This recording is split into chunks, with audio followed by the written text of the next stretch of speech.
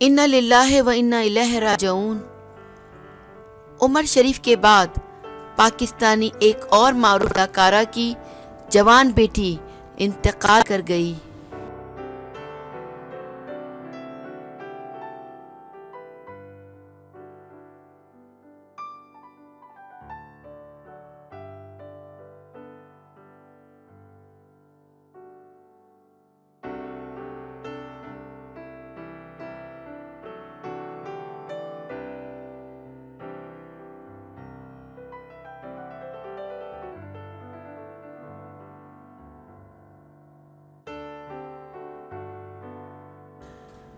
Stage की मारूफ अदाकारा आबदा बेगम की बेटी हरकत कल्ब बंद होने से इंतकाल कर गईं।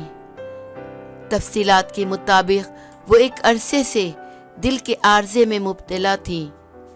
इनके दिल के 2 स्टेंट डाले जाने थे, मगर गुर्बत की वजह से वो नहीं डलवा पाईं।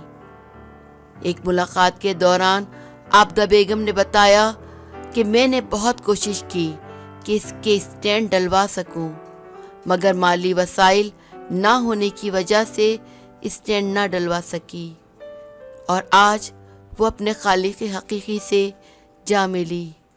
आबदा बेगम ने रोते हुए कहा कि मैंने किसी के आगे हाथ नहीं फैलाए, मगर सबको इसकी बीमारी और इलाज का पता था, मगर किसी ने भी मदद नहीं की। मेरा किसी से कोई गिला नहीं है,